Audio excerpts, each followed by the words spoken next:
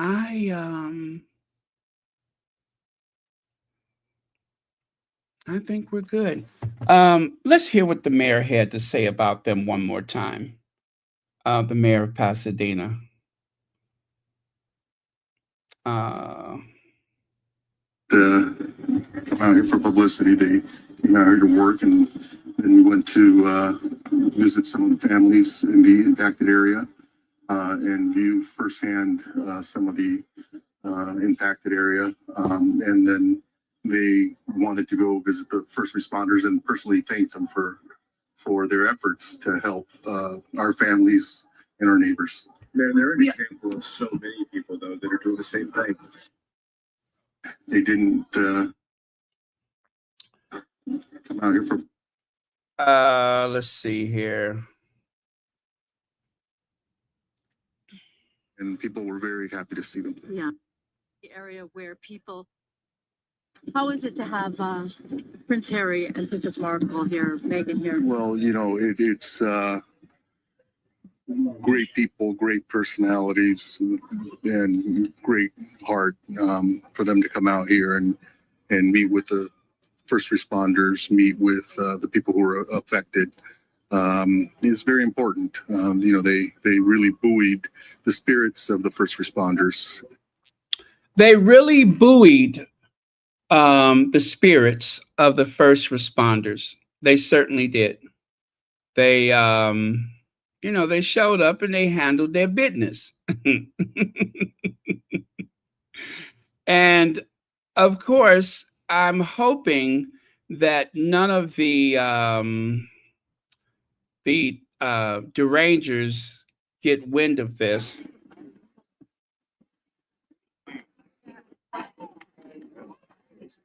Yeah, I'm hoping none of the derangers get wind of this because, you know, it 1 minute and then 10 minutes later, it was like right on top of us. It was crazy how fast it moved. Prince Harry and Meghan have been meeting residents affected by the wildfires as well as emergency workers. Oh, yeah, that's the one I couldn't share with you. That was like a little 15 seconds from the BBC. Listen again. Moved so quickly. It was, you know, on a distant ridge 1 minute and then 10 minutes later, it was like right on top of us. It was crazy how fast it moved. Prince Harry and Meghan have been meeting residents affected by the wildfires as well as emergency workers. Moved so quickly. It was, you know, on a distant ridge 1 minute and then 10 minutes later, it was like right on top of us. It was crazy how fast it moved. Prince Harry and Meghan have been meeting residents affected by the wildfires as well as emergency workers. Moved so quickly. It was. I don't know, but I think she said that Prince Harry and Meghan was meeting the first responders of the wildfire.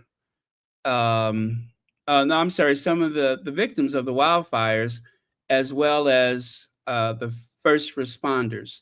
Yeah, meeting the victims and their families, as well as the first responders. And now back to you, Angela 11.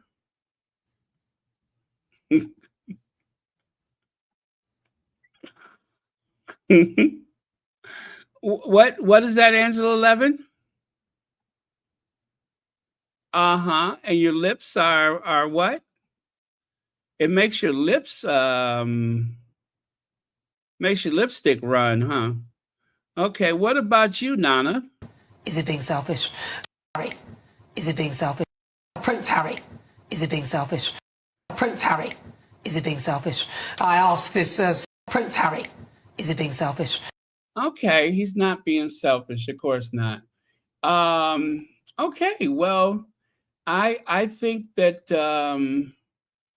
that they have you know, taken a account of everything that has happened today, and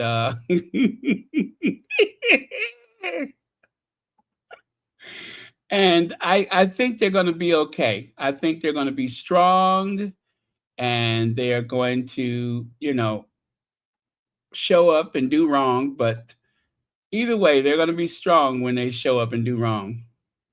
But okay, I'm just glad they're taking it well, because I was concerned about them, especially Angela 11, because she tends to go a bit heavy-handed with the lipstick when Harry and Meghan are, out Sussexing. You know what I mean? So as long as they're taking it okay, then I'm assured that you know that everything's going to be all right.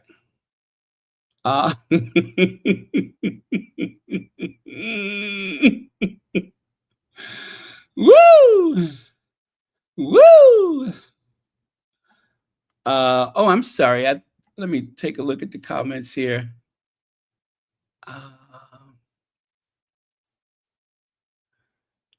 Uh, yeah, they need more moisturizer, and they need some proper wigs. They really do need some proper wigs. I mean, as you can see, Angela Levin, that thing that crawled up on her head. Look at that. What is that thing crawled up on her head and nesting there? Huh? What's then crawled up on her head? What species of creatures that's then hauled off and crawled up on her head?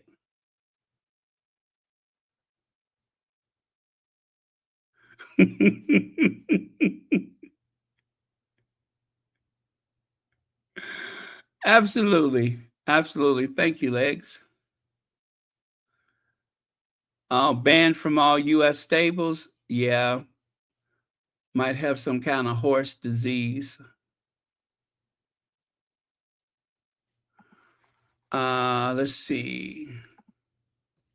Oh, let me get that thing off the screen. Hold on a second. Wait, how do I get rid of her? There we go.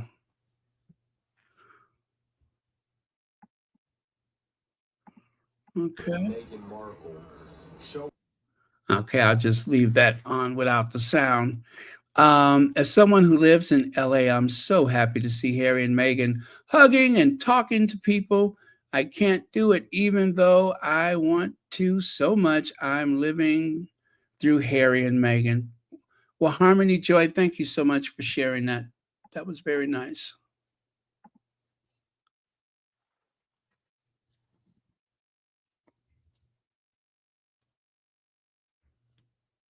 Okay.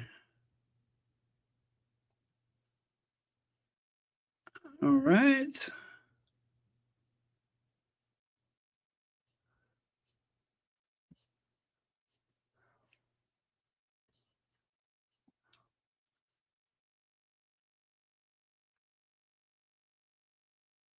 Really? They've been coming for him, huh? Yeah, well, you can kind of write those headlines in your head. I can't even share with you some of the stuff that they were saying about Guy. And thank you so much, moderators, for taking those off of the comments. But they were saying some terrible things about Guy, and it was just so tacky, even for them. It was tacky.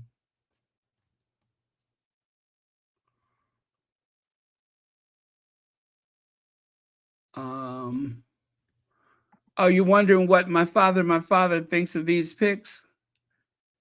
Yeah, Megan, my father, McCain.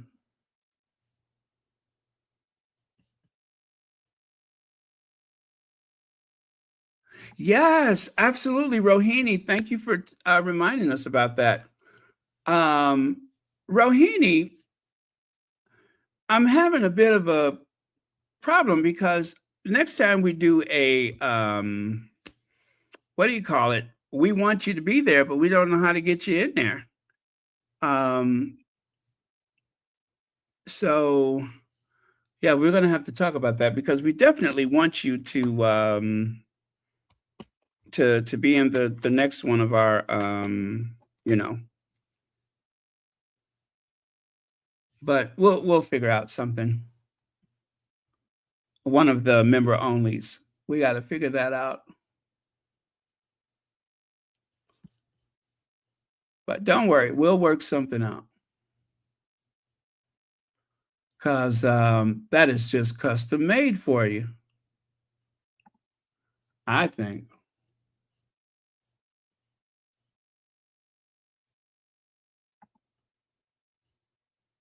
My father, my father, my father, my father, my father, my father, my father, my father.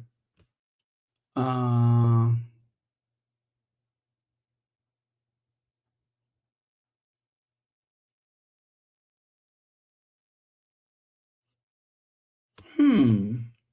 I wonder if that works. Might have to try that. We'll see. Okay, yes, please don't forget to hit the like button on your way out. Don't forget to hit that like button.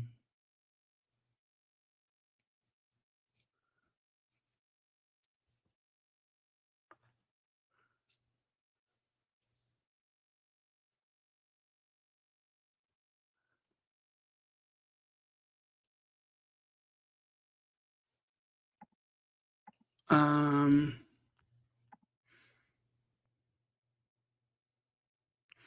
it really is a issue of mental health with some of those derangers.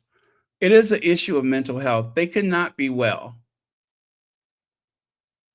There must be something beneath the surface. And as soon as they get to the keyboard, as soon as they get to the social media, it just it oh man, I don't know. But how many times have you heard me say that these people are they're the people that you run into at the grocery store?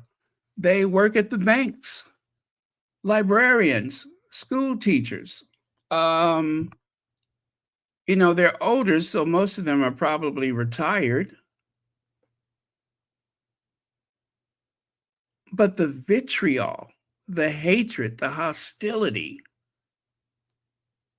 and it's unhinged because if some of it is so, I mean, it's like you would want to say, do you really believe that? Do you really believe what you just said?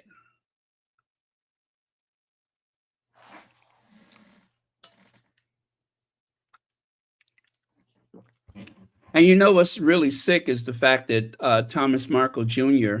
has been making so much money. People have been sending him money in response to some of the things that he said about his own sister. Unbelievable.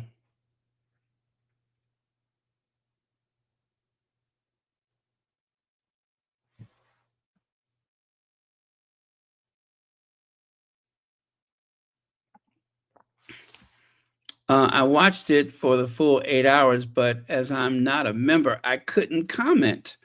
Now, you know what happened is I left when I closed out the video, it was supposed to be members only, right?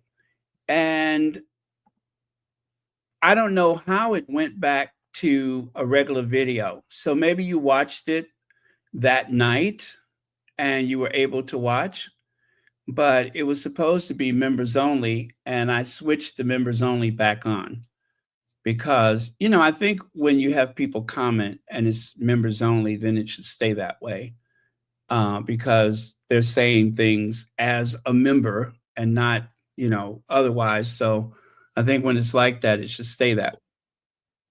So there were a few people that did watch the video after the fact that were able to see the entire thing, but I'm assuming that now you shouldn't be able to watch it.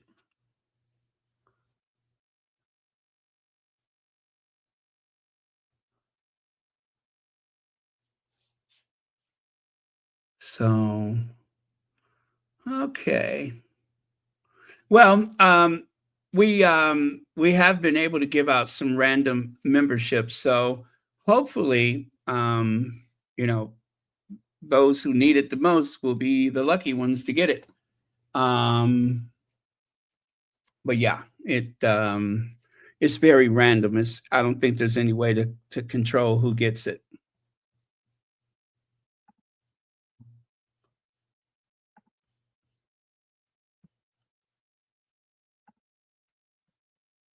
Okay.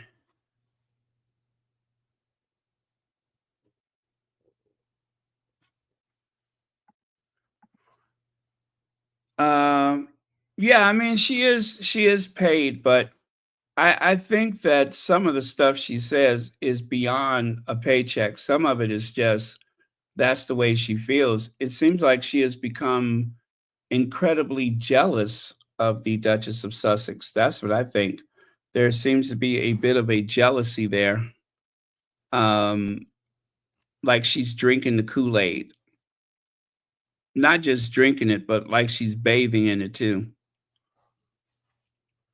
So yeah, I think that Meghan McCain's words go beyond just a paycheck. I think she really feels a loathing for her.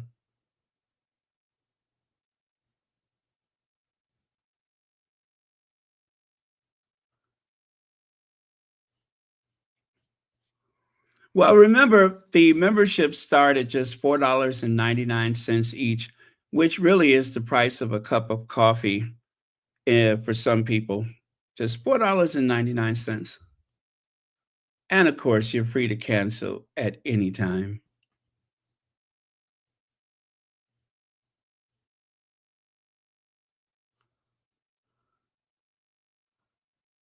Okay.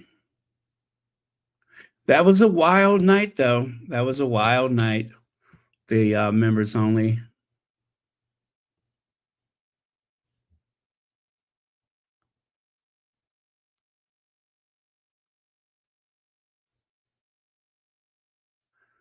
Ella Parker, thank you so much for being here. Oh, is it cold there, huh? Now, how cold can it possibly be? Let me take a look. Um,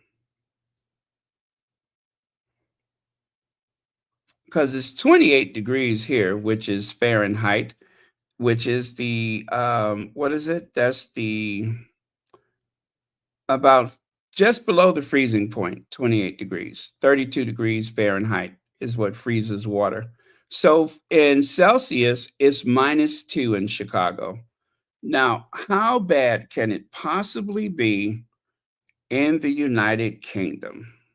Let me see.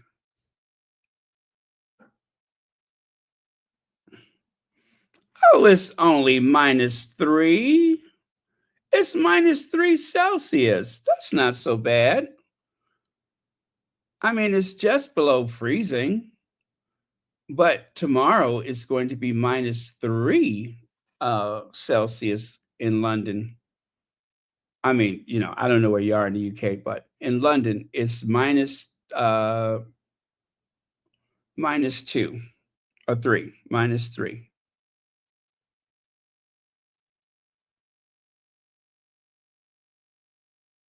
So 0 is the freezing point in Celsius, right? I mean, I think that makes sense. It makes more sense than Fahrenheit. 32, you got to remember 32 is freezing. So 0 must be freezing in Celsius. So anything below that is frozen. Anything above that is not. The freezing point of water, of course. That's very smart. But I'm so used to Fahrenheit. So essentially, it is 27 degrees Fahrenheit in London right now, which is cold, but it's not below 0. For us, below 0, that is, ooh, that is very, very cold.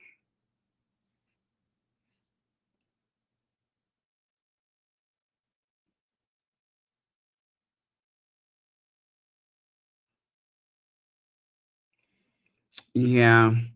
Is it a full moon tonight? Looks like there's a full moon. By the way, Richard Eden has a story about someone who left the Travelers. Now, what's so stupid about that is Harry does not work directly with the people at Travelers. Harry is the founder, he's a motivator, but he is not running the Travelers. That Davy person runs the Travelers. So, what difference does it make to Harry that someone worked there for 18 months before they left? 18 months. It is 2025. People don't stay on jobs forever. You know what I'm saying? Nobody stays at a job for 40 years. That's very rare. So the fact that this woman left after 18 months, why is that even a story? Yeah, Ronald Reagan shut that down. Ronald Reagan, the Gipper, the spawn of Satan, Ronald Reagan shut that down. No metric system for us. And now we're the only country, one of two countries, I think is it one of two countries that don't use the metric system. Well, I've had some friends from Europe who have said to me that the metric system is based on good science and it doesn't make sense to use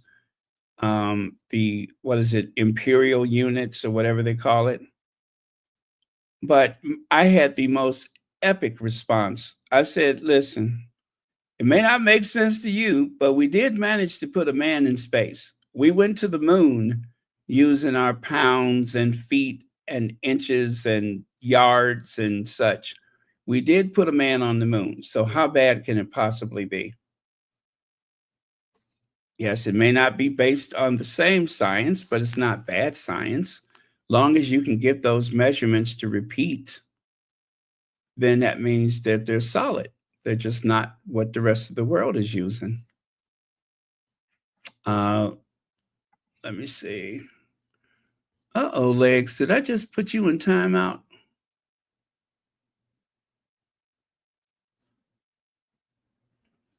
Gosh, I hope not.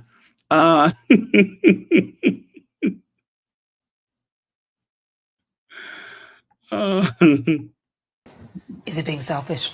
Prince Harry, is it being selfish? Okay, if you say so, girl. Let me see here. Don't forget abs zero in Kelvin. Is that Kelvin another milestone? Ab zero. Ab zero. What is ab zero?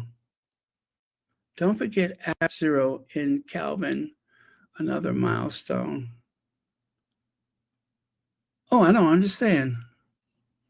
Let me see here. I believe we are the one of three, Burma and Liberia. Okay, I knew about Liberia. I didn't know about Burma.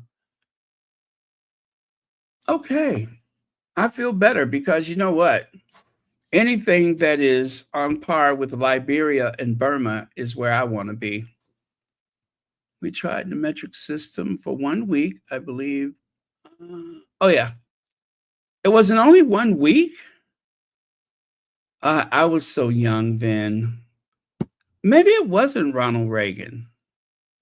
No, I don't think it was Reagan. Who canceled the metric system?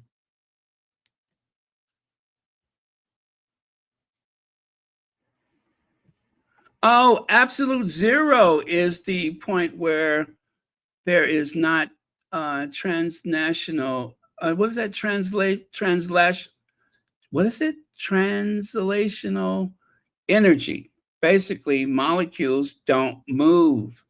Got it. Got it. Thank you. Well, speaking of molecules that don't move, when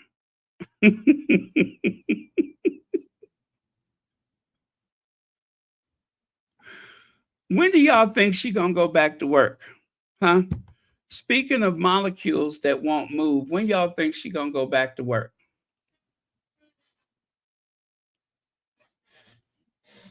Now that's an absolute zero. There's absolutely zero chance that NAM molecule in her body is going to go back to work. You ain't got to worry about that. If Kate Middleton ever started a story with, I was on my way to work, I'd be like, get out of here. Where's Kate Middleton? You'll never hear her start off a story with, I was on my way to work. Ever. There are no stories of Kate on her way to work. And there's probably only about 2 or 3 stories about William going to work. They don't work. They're lazy. Lazy. 2 of the laziest people ever. Absolutely lazy. It's an insult to decent people.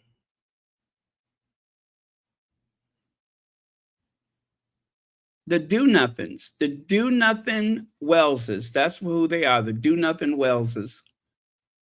They do the least. It's just like dragging a mannequin around.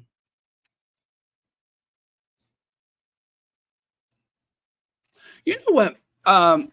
My aunt that passed away recently, you know, she loved that song from the movie Mannequin. Do you remember that song from the original movie? If we can build these dreams together, stand the storm forever, nothing's gonna stop us now. And if this world turns into lovers, wait, is that right? We'll still have each other. No, right. If this world should turn, something like that, we will still have each other because nothing's gonna stop us now. Whoa. She used to love that song. And there was not many songs that my aunt really paid attention to, you know, other than from back in the day, but she loved that song. It is a good song, though. It just kind of makes you feel like getting up doing something. Oh, it was Ronald Reagan? Got it. Okay, I thought so. See, I shouldn't have doubted myself, but I thought I was much younger when they decided to do away with the metric system. Now, at the time, there must have been about, 200 million Americans? Let me see.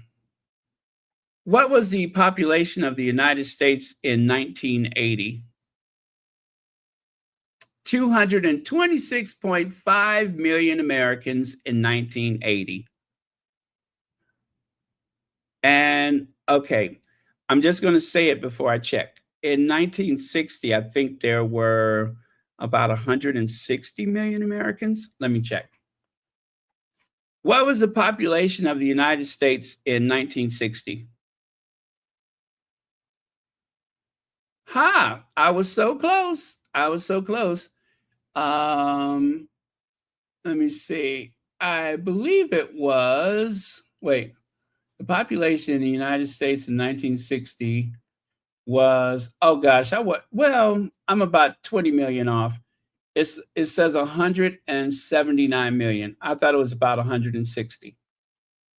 I was closer with the 1980.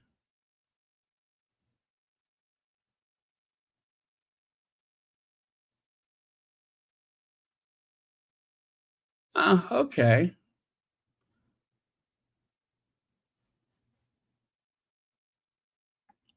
And I believe in the United States, the highest birth rate. Oh, no, that's not the highest. I think that was the last time it was high, and then it kind of trickled down from there. I don't remember. Some of these statistics kind of stuck with me, but some of them I can't remember. Oh, that was great when Lilibet was singing, wasn't it?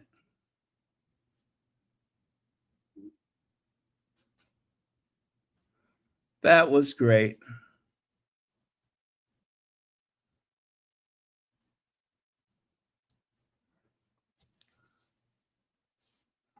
Yeah, see there, why did I doubt myself? I thought it was Ronald Reagan.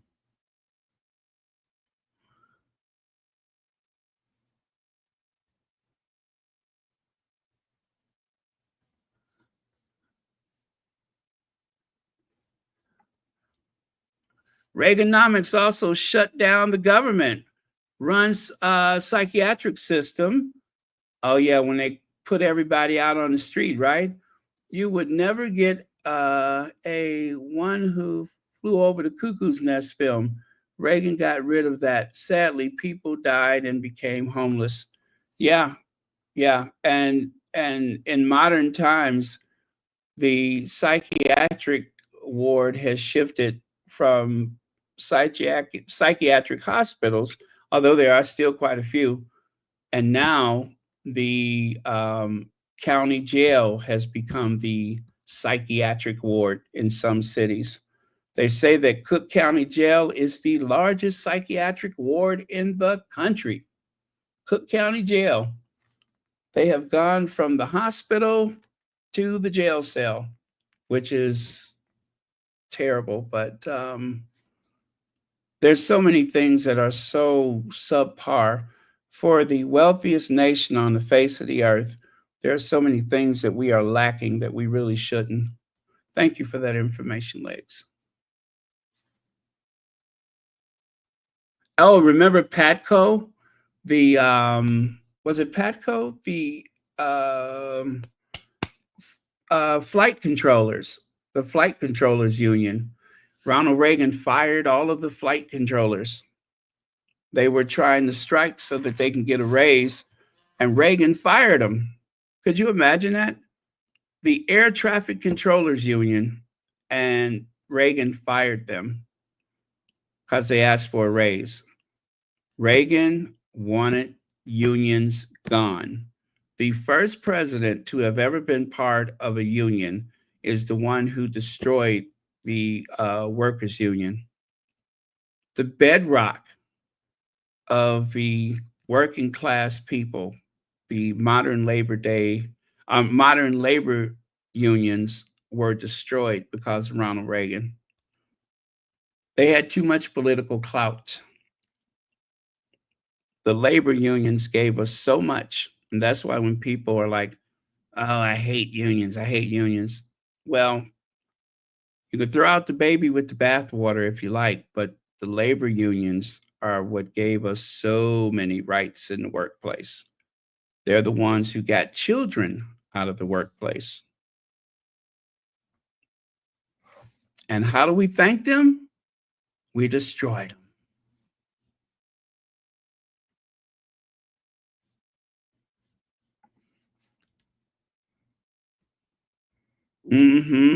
Absolutely. Yep. It makes it worse. And when they're in need of care, sometimes they have to commit a crime just to get mental health care. A lot of the petty crimes that people commit are because they are in need of mental health care, because they are in need of food and shelter. So they'll commit a petty crime and just wait for the police. And what it does is it drives up the statistics.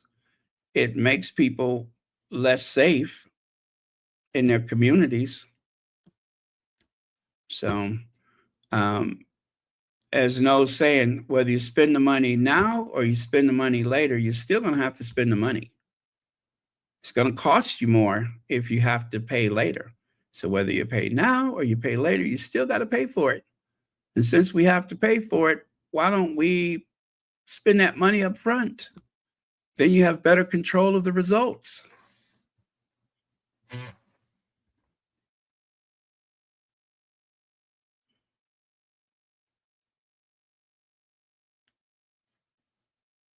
Oh my God. I lived through Ronald Reagan. I lived through that monster. When it came to the AIDS epidemic, it took years before Ronald Reagan would even mention AIDS. Now, I believe it was 1983 that they first identified the virus, right? Because around 1979, that's when they were first saying that that there was a problem. They didn't even have a name for it, I think. But by 1983, when it, you had a Republican that was from showbiz that seemed ill prepared to deal with a response to something that wasn't exactly a pandemic, but it was still a problem, a big problem. And Reagan just wouldn't even talk about it. There was no funding to stop it. There was nothing to be done as far as the federal government was concerned, little or no response. And as a consequence of that, a whole generation of the LGBTQ community, a whole generation, either you knew someone who was dying or someone died. And, you know, they say that, 1,000 years of talent on Broadway died off. If you combine the years of life that those people who worked on Broadway, who worked in Hollywood, you know, thousands of them gone because they would not get on top of it. They just, you know, looked at it as their problem.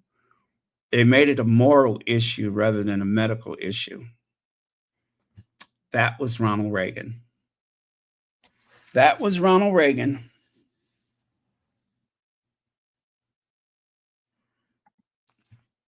Yeah, why did we all have those jackets? I had a black one with all the zippers. Why did we all have those jackets?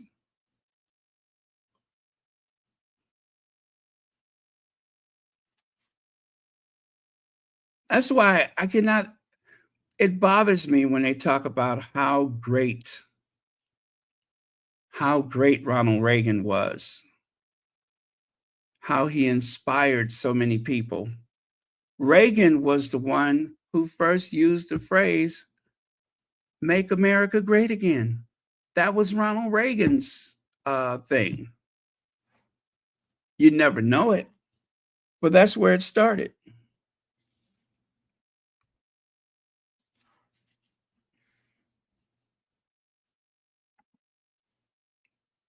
Money, Mississippi.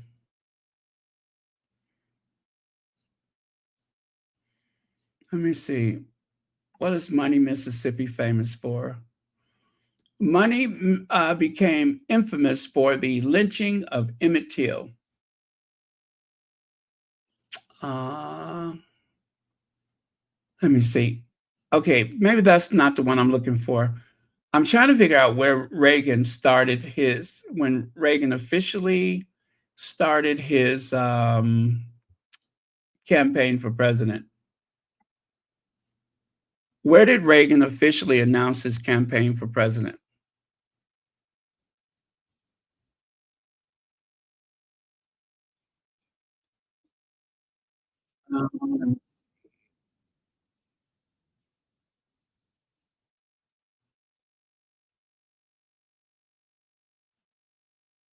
Um, oh gosh, I'm not finding what I'm looking for. Okay, here we go. It was August 3rd, 1980. Reagan gives a state rights speech at Neshoba County Fair. And where was that located? Was that in Mississippi? I think that was in Mississippi.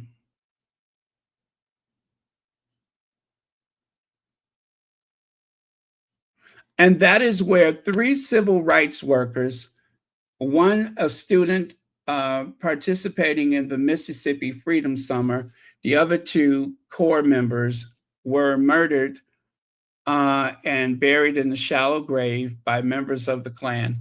That is where Reagan gave his speech in 1980 in Neshoba County Fair. That's where he really started his campaign for president. In his appeal to white supremacists, he did not acknowledge the murders, which had been investigated by the FBI, were just one instance of a violent assault on local Black civil rights advocates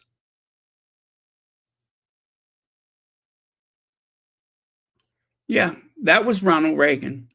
He went to the place where Mississippi Burning happened.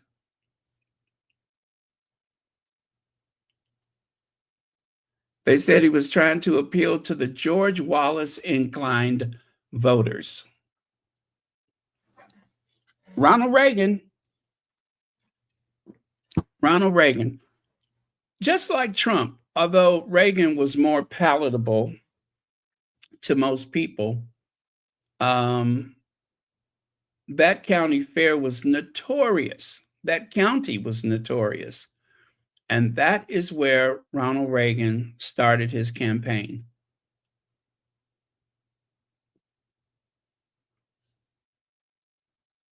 Yep, that is where Ronald Reagan started his campaign.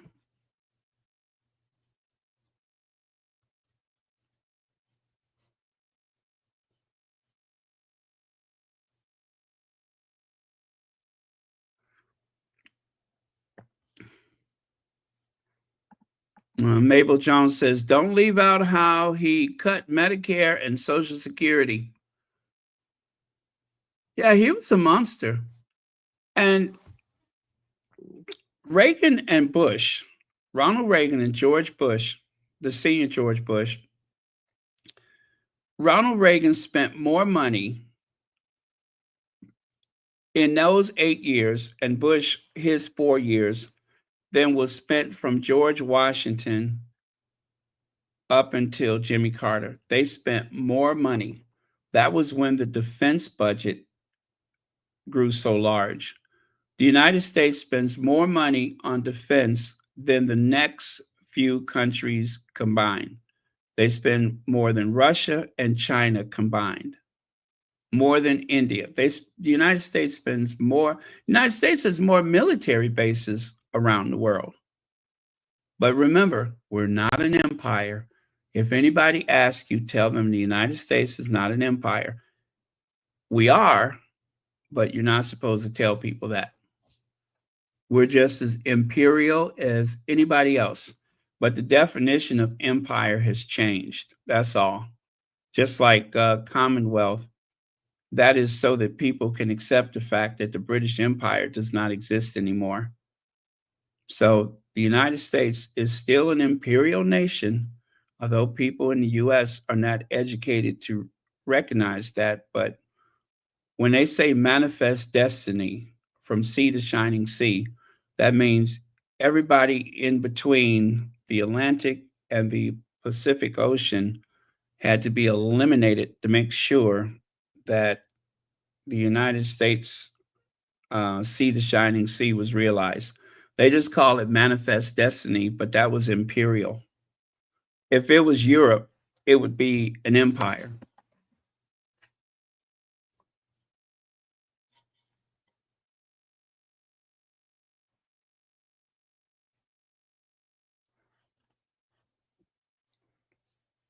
Oh, thank you, Marshar.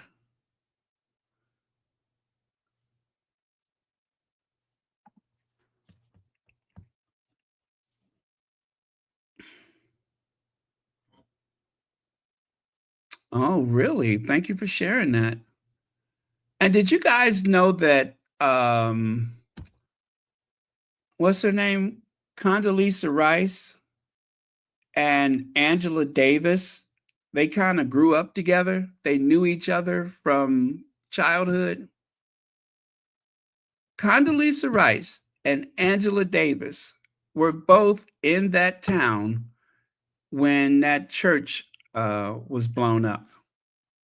Both of them. Either one of them could have easily have been a victim of that church bombing. And just imagine, how could anybody who had lived through that become Condoleezza Rice as we know her today? And she's a big liar. Oh, I cannot stand her. She's a big liar. A big liar. Because she sat right up there with George Bush, Jr. Bush. She sat right up there with him and pushed for that war in Iraq, an unnecessary war. And of course, that was when I lost respect for Colin Powell. I'm like, oh my God, Colin Powell, why are you part of this? Why are you part of this? Now, okay, that was a big difference between Papa Bush and Junior Bush. Papa Bush got in and got out and left it alone, right? He did what he had set out to do. He got in and he got out. But the other Bush, I just that person, that imbecile.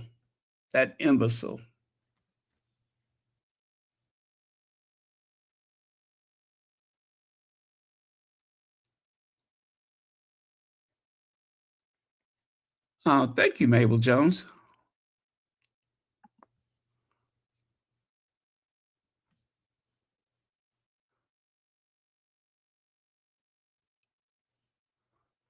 I remember when they had that attempt against Reagan, and I remember one of the people I was in school with. They were like laughing and cheering and celebrating, and I'll never forget that one of our teachers. She was just like, "Don't do that. His life is just as important as everybody else's," and so on and so forth, and yada yada yada. And it was kind of like people. I mean, people did kind of celebrate because people were afraid of Reagan. They were afraid of him, and not only people of color, but there were a lot of white people. They were just like, he's going to start World War III. It was like they had the big arms race. They're building weapons that should never be used. And instead of just building them and implying that, we're building up a larger military, for him, it was a talking point. It was a talking point. And supposedly the Russians were so supposed to be like afraid of him. But people just thought the way he was talking, people thought that we were going to end up in war. Him and his girlfriend, Margaret Thatcher.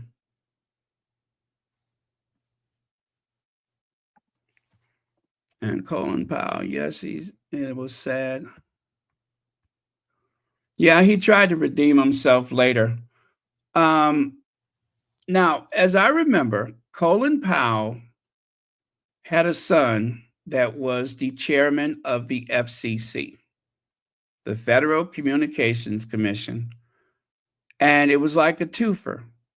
Colin Powell agreed to go to work for the Bush administration, right? He started off with George Bush, and then he came back for the younger Bush, because it was Bush, Clinton, Bush. So Colin Powell, they wanted him because of his stellar war record, right? Because he was the one who led the first war in Iraq. And so they really needed him to sign on. And I believe there was a little quid pro quo. They took his son on as the chairman of the FCC. And consequently, while Colin Powell was the, chairman of the Joint Chiefs of Staff, they were also deregulating a lot of things to help these right-wing media companies take over stuff, right? And really, that started with Bill Clinton. A lot of the right-wing media started with Bill Clinton, and it continued with the younger Bush. All of that deregulating and allowing people to own multiple media companies and such, these big conglomerates, That happened under Clinton, and it continued to happen with Bush. That was a huge mistake. Allowing them to take over all of these media markets across the country was a huge mistake. But I remember Colin Powell's son was the chairman of the FCC, and a lot of that deregulation happened under his watch. See there? When you work in Washington, D.C., it's a family business. And that's why a lot of these senators and congressmen, number one, that's why they're rich. And number two, that is why they hate to leave office, because it's a family business. It's not just that you're a senator, but your family has benefited every which way you could imagine. Your daughter is Attorney General in the state of Rhode Island. Your son has a seat on the board at a Nabisco. Everybody in the family comes up. One of the best examples of that is look at what's the senator from West Virginia, the one who's supposed to be a Democrat? That guy. Everybody in his family has come up. Everybody. Everybody in the family is in the business, whether it's public or private, they're all in the business. And I'm going to give you one example that I have repeated time and time again. The youngest, let me see, let me find this guy, Donald Rumsfeld. I said Donald Rumsfeld. There we go. Anyway, Donald Rumsfeld was the youngest Secretary of Defense in the history of the United States under Nixon. I think it was under Nixon or under Ford.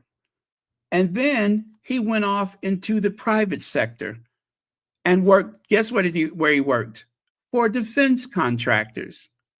And then when the younger Bush got elected, he came back. And guess what? This time, he wasn't the youngest Secretary of Defense. He was the oldest secretary. How could you be the youngest and the oldest in one lifetime? He comes back as the oldest Secretary of Defense. Now, in all those years that Donald Rumsfeld was away from the federal government, he made money. He made connections. He made deals. Then he comes back with all of those connections and deals and favors to give out. How is that legal? He went from the youngest to the oldest. Oh, let me check the Wikipedia here. Donald Rumsfeld. Okay, he died in 2021. Thank God. Anyway, he died in 2021 because if he didn't, he'd come back. He's just like a vampire. He'd come back. And he'll be the oldest Secretary of Defense in history. Yeah. If he hadn't died, he'd come back. Okay. So George W. Bush, that's who he served, and Gerald Ford. See there? I remember. He was under Bush and under Ford. And when he was under Ford, oh God, I don't know how old he was, but he was the youngest in the history of the country. And then when he came back, he was the oldest. And in that time, he worked at all those defense contractors.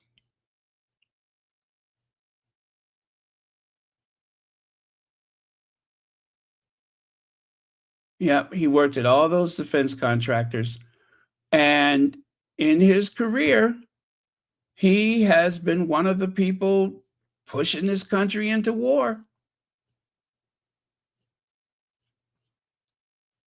And I'm embarrassed to say that he's from the state of Illinois. Let me see, where was he born? Yeah, actually, he was a 4-term congressman from Illinois. Very smart man. Had a very good education. Had a very good education. He was born in Illinois, attended Princeton University. Wow. Graduated in 1954, political science. After serving in the Navy for 3 years, he mounted a campaign for Congress in Illinois' 13th congressional district. Donald Rumsfeld recruited one younger, one-time staffer, and guess what his name was? Dick Cheney. Dick Cheney. Donald Rumsfeld and Dick Cheney. Now, see, I didn't realize they had worked together before.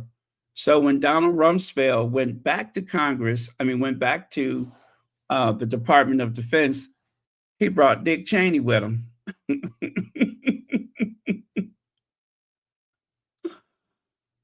You guys, if you look at his Wikipedia, it is like it's a long list of things here. United States Secretary. He was the 13th and the 21st Secretary of Defense. I repeat, he was the 13th Secretary of Defense and the 21st Secretary of Defense. Ambassador to the United Nations, White House Chief of Staff, Cost of Living Counselor to the President, Director of the Office of Economic Opportunity, member of the House of Representatives.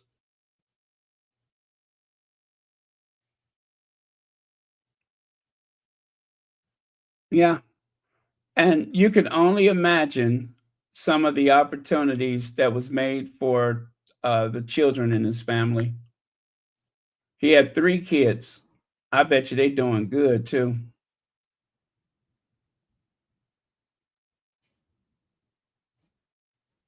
He was born in Chicago, died in New Mexico.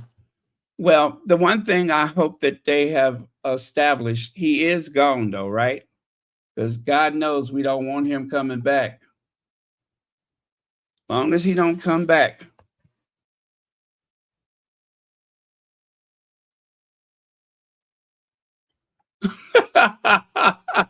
What is that, Cheney, the man with the bad aim? You mean the one who put those pellets in his friend's face? I remember that. Yeah. They went shooting for some food, and Dick Cheney unloaded in his best friend's face. In his best friend's face.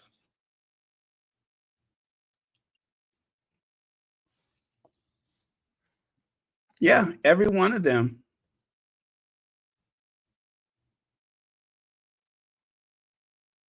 Yeah, I have referenced that Dick Cheney on several occasions as a way to identify what's wrong with our federal government.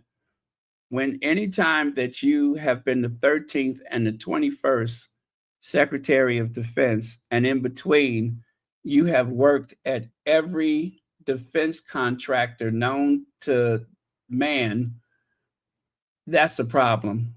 That is a huge problem.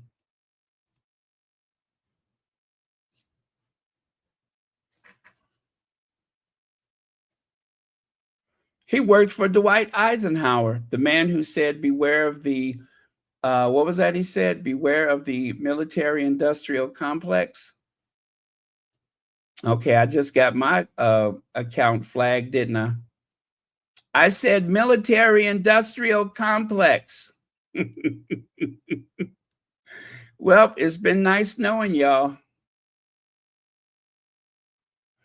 Oh, here's a picture of Rumsfeld in the office with Nixon, and he's got his little son sitting in Nixon's chair.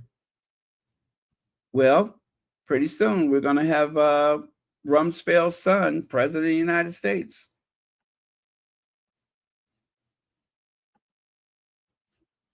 All I got to say is they better make sure that he's gone. They needed to drive a stake through him just to make sure he's gone. Because I'm telling you, Donald Rumsfeld will come back. He will come back. You can never be sure that he's gone. Oh, yeah, the Huckabees. Ugh. Now, that is a handsome woman, isn't she? That is one handsome woman, is Mike Huckabee's daughter, Sarah, or as I like to call her, Jethreen. If she don't look like Jethreen Bodine. His daughter looked just like Jethreen Bodine.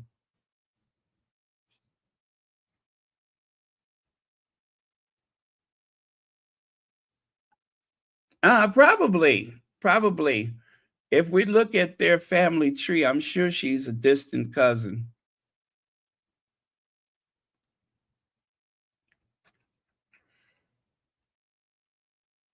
I couldn't get over the fact that Sarah Huckabee Sanders, Sarah Sanders, I couldn't get over the fact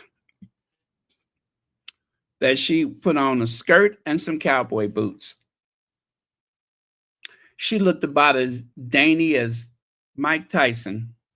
Yep, she looked about as dainty as Mike Tyson when she put on cowboy boots and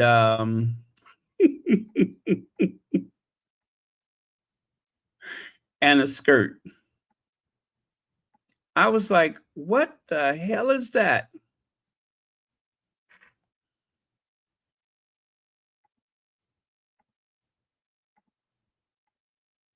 She do look like Jethreen, though. Remember Jethreen from the Beverly Hillbillies? She looked just like Jethreen.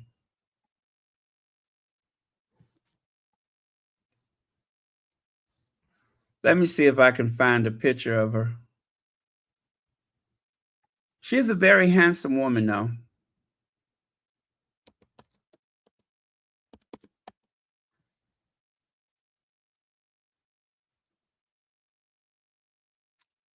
A very handsome woman.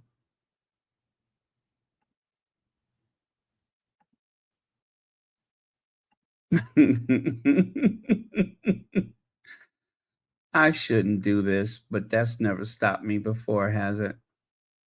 Has it?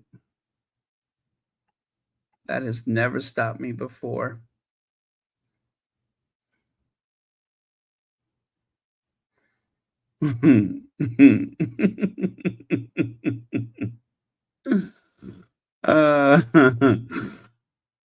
Okay.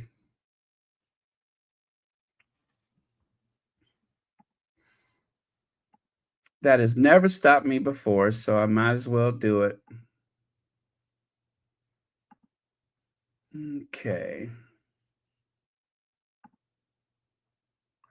Now, there has been times when she's been compared to Uncle Fester, right? And then, of course, Sarah Huckabee Sanders announces they are running for governor of Arkansas. I didn't want to,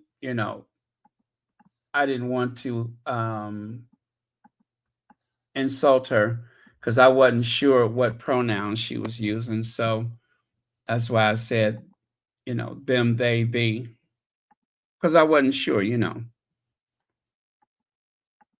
And then right here, congratulations and good luck to Sarah Huckabee Sanders. There you go. Also known as Jethreen from the Beverly Hillbillies. And there she is with that little, you know what? I forgot that was a mini. I forgot that was a little mini she had on with some cowboy boots. Now that's a look, ain't it? For such a dainty little flower like her. That is quite a look.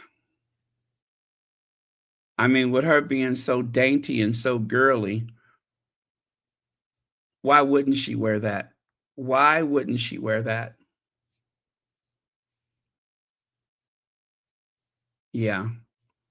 That's Sarah Huckabee Sanders, Mike Huckabee's daughter. Them, they, them. Them, they, them.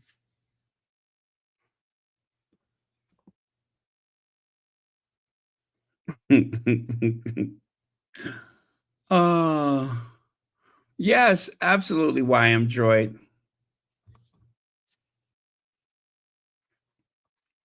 I see YM Droid is warming up for members only.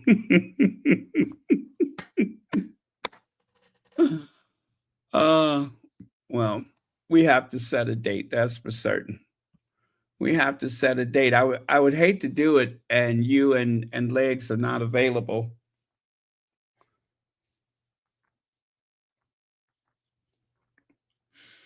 But I tell you, you all helped me out so much that night, because if you all remember how it started was one thing, but how it ended was a whole nother place. So I have to say thank you for that.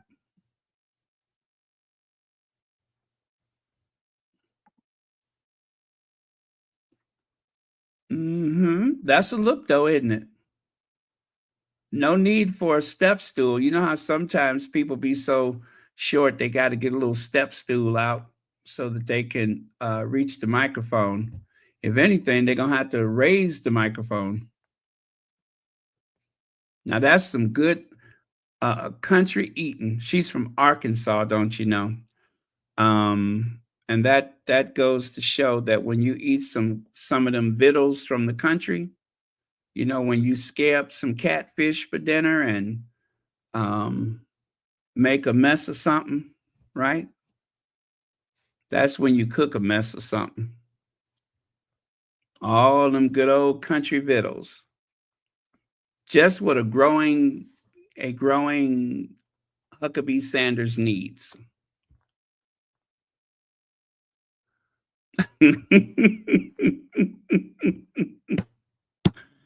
Angelina Stanley, we're going to have to get you on members only too, because you have been putting some zingers out there tonight.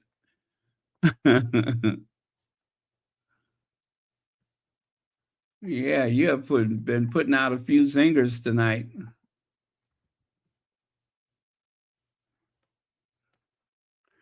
Oh my God, that was so funny when someone posted that picture. I was mad in my own business going through the social media, as I have done on so many occasions. And I was like, no, they didn't. No, they didn't. Yes, they did. Is it being selfish? I ask this as fierce agreeing that Yes, King Charles may never. They went there. They went there. Okay, you guys, it's been 3 hours. And even though I could talk for another 3 hours, I'm going to call it a day. I have had so much fun. You see there, it's like I'm almost not even working. We're just hanging out.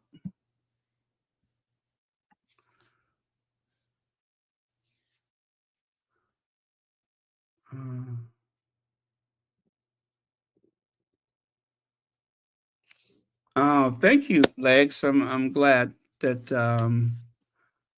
yeah. I'm always amazed at you know, how when we're doing other subjects that you know, people feel that sense of community. They feel that they're in a safe space. So I'm glad for that.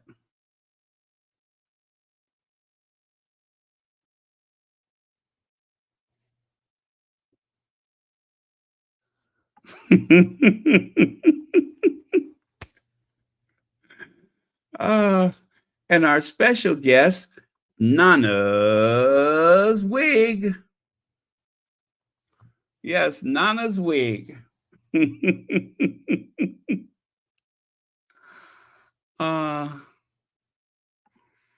Was that Legs that said that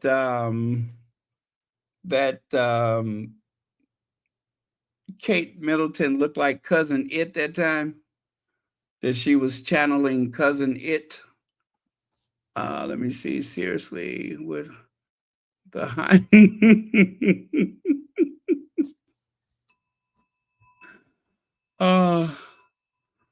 Let's see. Let's go back there. Let's take a look at that. These boots are made for walking, and that's just what I'll do. One of these days, these boots are gonna walk all over you. Are you ready, boots? Start walking.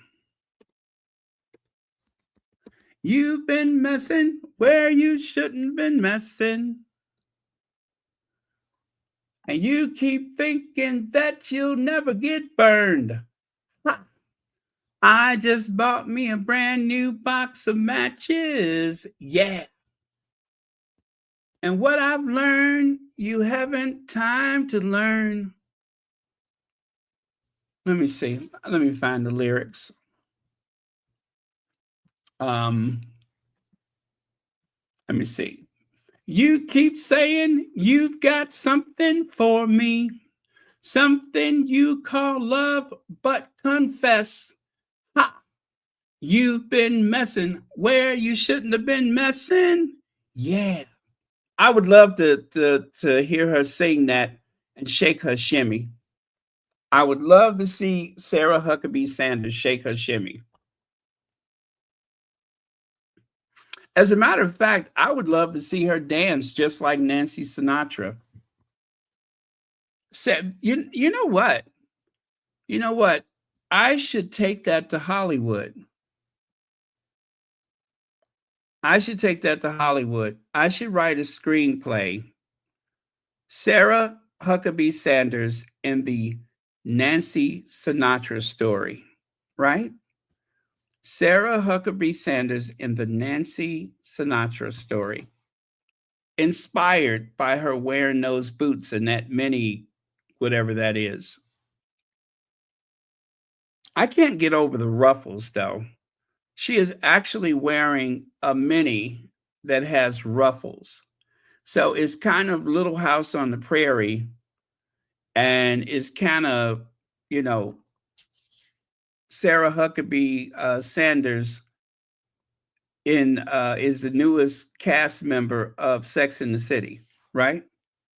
It's almost like she went to a casting call for Sex and the City.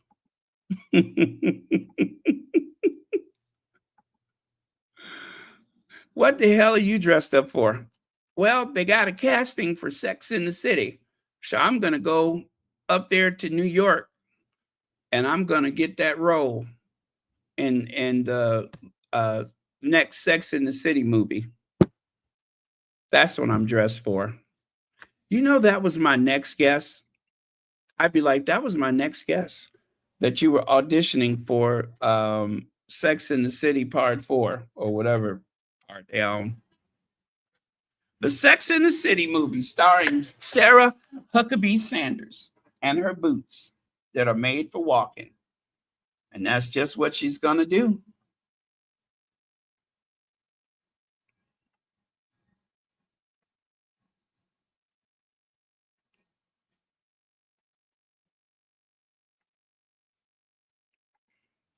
Okay. Well, let me take one more look at the Twitter. Let me take one more look at the Twitter. Oh, and by the way, thank you, TCC Son, for some of the updates that you have sent. They have been very, very helpful. Let me see here. Yeah, TCC Son is always sending me some updates so I don't miss anything.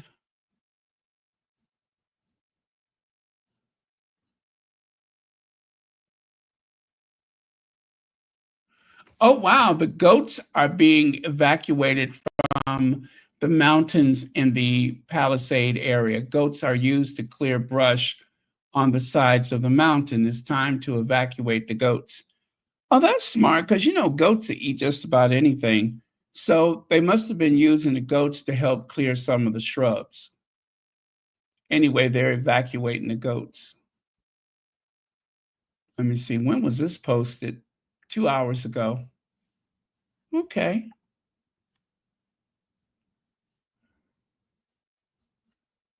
Wow.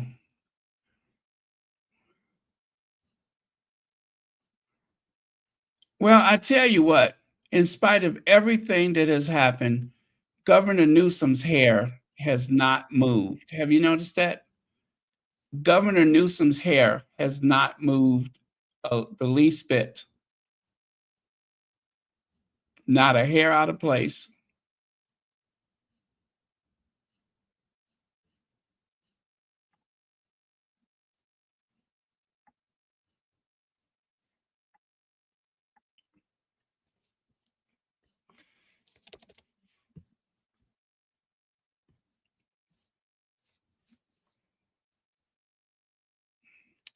Okay, well, I don't see anything new. And like I said, I'll try to post. I got to find YouTube videos to post to the, the community tab. I can think of at least, as a matter of fact, I'll do that while I'm thinking about it. Let me see. That was with the People magazine. I'll post the one where Meghan and Harry are speaking to the governor.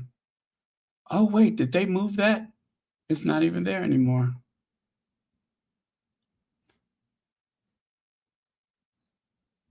Oh, yeah, it's there. Okay. So when you're done, you can go to the community tab and find it. And I will say, this is it. This is it. So yeah, if you want to, you can go to the community tab. It's about, oh, this one is 10 minutes long, but it's about 5 minutes of the mayor of Pasadena's talking about other stuff. But yeah, so that is on the community tab for your consideration.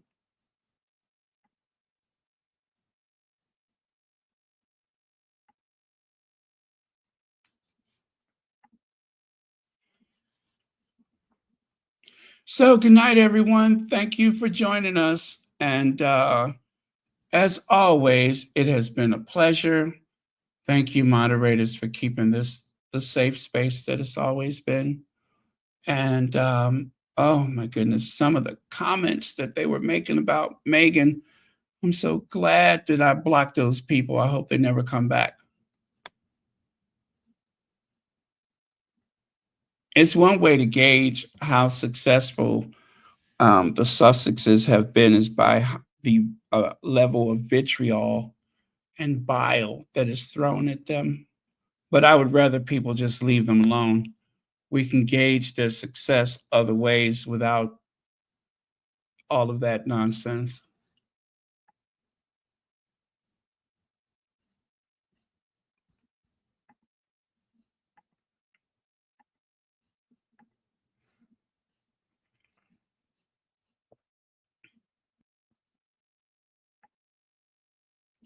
Okay, 962 people. Why y'all still here?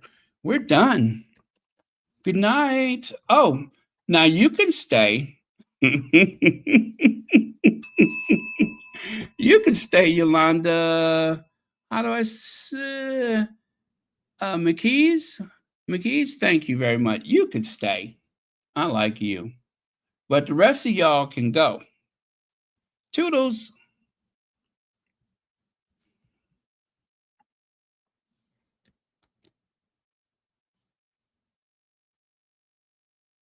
Okay.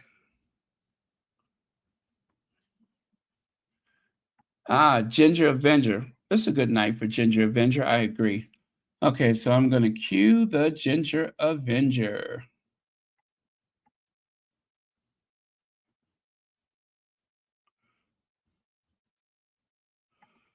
I got spurs that jingle, jangle, jingle as we're walking merrily alone. And those spurs, they jingle, jangle, jingle. She's just a big cowgirl. You know that? She's got spurs that jingle, jangle, jingle. Remember that song?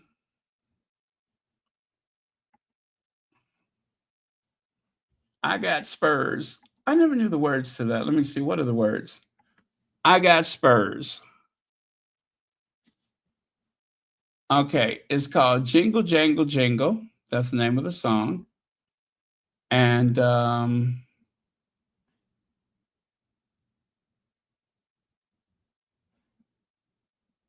Jingle Jangle Jingle. I never knew that that was the name of it. Let me see. There'll be spurs that jingle, jangle, jingle. All right. Yippee, yippee, yay. There'll be wedding bells for today, 'cause I got spurs that jingle, jangle, jingle as we're going riding merrily along. Jingle, jangle. And though that they sing, oh, the hell with it.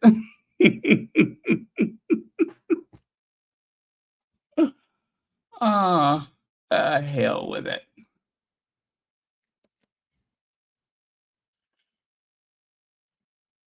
Jingle, jangle, jingle.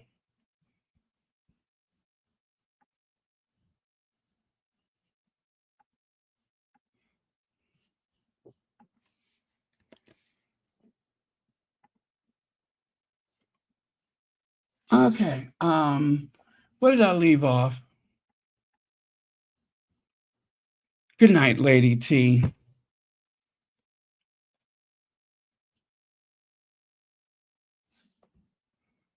Yeah, maybe the Spurs would have helped that outfit.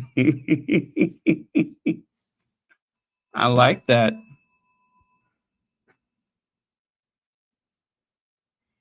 Okay. All right. And we're done. So good night. And let me cue the Ginger Avenger, and I will see you all tomorrow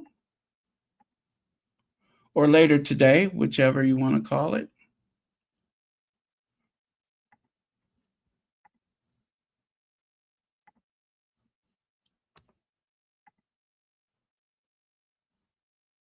Okay. Cheers.